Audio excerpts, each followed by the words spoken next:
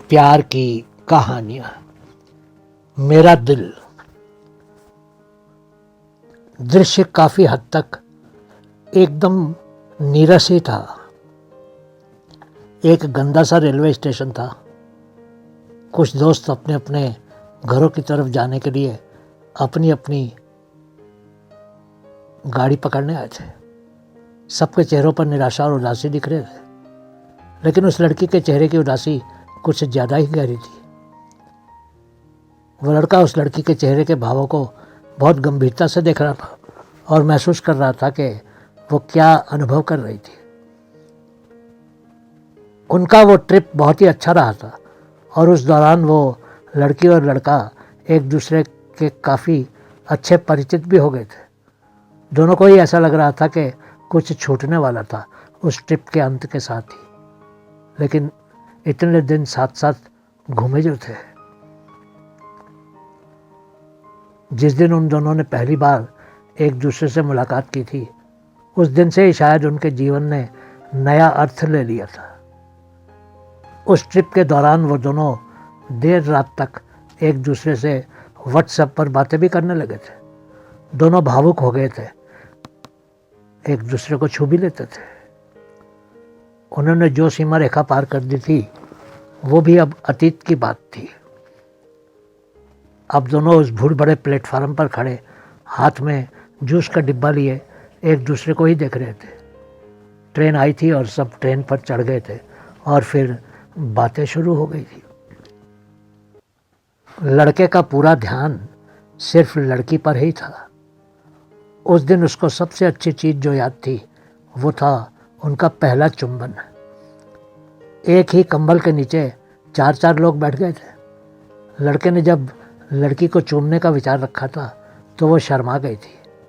तभी लड़के ने उसके कान में कहा था, क्या मैं कंबल के नीचे तुम्हारा हाथ पकड़ सकता हूँ? नहीं, बिल्कुल नहीं, लड़की का सपाट जवाब था। लड़के ने विनती की, प्लीज़। नहीं नहीं, बोल दिया ना नहीं। अच्छा, सिर्फ 5 सेकंड के लिए। लड़का तो जैसे भीख ही मांगने लगा था। लड़की के लिए वो एकदम नया अनुभव था, लेकिन उसने उस लड़के को अनुमति दे दी थी सिर्फ 5 सेकंड के लिए ही। जैसे ही उस लड़के ने उसके हाथ को थामा, लड़की का दिल प्रेम से भर गया। दोनों के दिल में ही स्नेह उमड़ने लगा। कंबल के नीचे उस हाथ थमने के कुछ सेकंड के बाद रोमांच शुरू हुआ था। आधी रात के समय अचानक ही लड़की की नींद खुल गई थी। अचानक उसकी और उस लड़के की आंखें मिली। एयर कंडीशन कोच में उस समय दोनों की आंखों में प्रेम साफ साफ दिख रहा था। दोनों की आंखें केबिन के दरवाजे की तरफ गई जो उनको बाहर ले जा सकता था। लड़की जानती थी कि वो लड़का उसको केबिन से बाहर ले जाकर गलियारे में खड़ी होकर उसको चूमना चाहता था, लेकिन लड़की ने आंखों ही आंखों में इनकार कर दिया। लड़के का तो चेहरा ही उतर गया। दोनों बर्थ पर पीठ के बल लेटकर आंखें बंद करने लगे। दोनों ही सोने की कोशिश कर रहे थे, लेकिन दोनों के सपने में भी उस ट्रिप की वो जगह आने लगी जहाँ वो दोनों साथ साथ गए थे। वो सभी मंदिरों में गए थे, समुद्र के किनारे घूमे थे, चिड़ियाघर गए थे, बाज़ारों में घूमे थे। अब सभी उस शहर से वापस अपने घर जा रहे थे उस रेलगाड़ी में। जब उनकी गाड़ी गंतव्य पर पहुंच गई और रुक गई, लड़के ने फुसफुसाकर लड़की से कहा, अब तो मेरी इच्छा पूरी कर दो। कुछ चीज़ों को अधूरा ही छोड़ देना चाहिए, ये किस्सा ख़त्म तो नहीं हो रहा है ना? लड़की ने नम आंखों से कहा। वो अपना बैग कंधे पर उठाकर लड़के के पास आ गई। उसने लड़के को अचानक ही बाहों में भर लिया।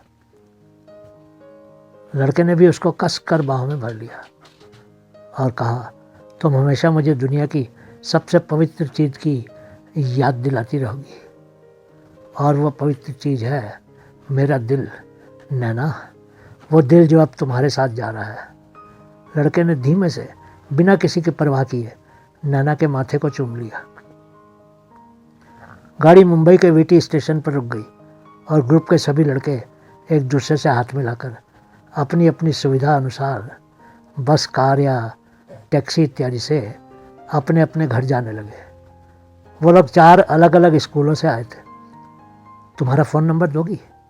ज़रूरी नहीं है। क्यों नैना, क्या तुम मुझे प्यार नहीं करती हो? तभी तो कह रही हूँ, ज़रूरी नहीं है। तुमने ही तो कहा है कि तुम्हारा दिल मेरे पास है, हम फिर कब मिलेंगे? पहले 12वीं पास कर लेते हैं, फिर शायद यूं ही किसी दिन फिर से मिल जाएंगे। लेकिन अपना एड्रेस, फ़ोन नंबर या स्कूल का नाम तो बता दो। कुछ बातें अगर धीरे धीरे परतों की तरह खुले तो ज़्यादा मज़ा आता है। मैं चाहती हूँ कि अब तुम सिर्फ पढ़ाई पर ध्यान दो। यकीन मानो, अगर तुम 90% से ज़्यादा अंक लाओगे 12वीं में, तो रिजल्ट के दिन ही मैं तुमको ढूंढ लूँगी। Promise, God promise. वो सामने रुकी एक बस पर चढ़ गई। लड़के ने देखा कि वो बस नंबर 8 थी, जो अंधेरी की तरफ जा रही थी। उसके मन में एक शांति तो थी कि वो लड़की नैना या तो अंधेरी या आसपास कहीं रहती थी। 1 वर्ष बाद रिजल्ट आया तो वो 93% अंक लेकर प्रदेश भर में तीसरे नंबर पर आया था। वो अपने रिजल्ट के बाद स्कूल से बाहर आ रहा था कि तभी आवाज़ आई, इतनी जल्दी चले जाओगे घर वापस? मेरा इंतज़ार भी नहीं करोगे? वो पीछे की तरफ घूमा तो देखा कि नैना खड़ी मुस्कुरा रही थी। मेरे तो 88% ही आए हैं, पर मैं बहुत खुश हूँ। लेकिन मेरे कम अंक आने में तुम्हारा भी थोड़ा दोष है। तुम्हारा दिल जो मेरे पास है, उसने मुझे ठीक से पढ़ने ही नहीं दिया। वो जोर जोर से हंसने लगी। वो आगे बढ़ा और उसने तुरंत ही नैना को बाहों में ले लिया और कॉलेज के कंपाउंड में ही नैना के होठों पर अपने होठ रख दिए। 1 वर्ष में ही इतनी हिम्मत बढ़ गई। अपने होठों को साफ करके वो बोली, देखा, ठीक समय पर ठीक काम करने से कितना आनंद आया। चलो आज तुमको मैं अपने घर ले जाती हूँ और अपनी मम्मी से मिलवाती हूँ। मेरे डैडी अब इस दुनिया में नहीं है। 3 वर्ष पहले उनका निधन हो गया था। मेरी माँ ही मेरी सब कुछ है। नैना ने उसका हाथ थामा और कॉलेज से बाहर आकर एक ऑटो रिक्शा को रोक लिया। अगर मैं तुम्हारे दिल को हमेशा के लिए ही अपने पास रखना चाहूँ तो क्या तुम अनुमति दोगे? मैं तो उस दिन ही मेरा दिल तुमको हमेशा के लिए दे दिया था नैना, उसने नैना के हाथ थाम कर बोला।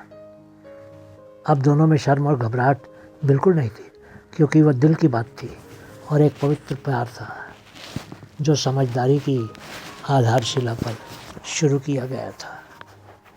बहुत बहुत शुक्रिया।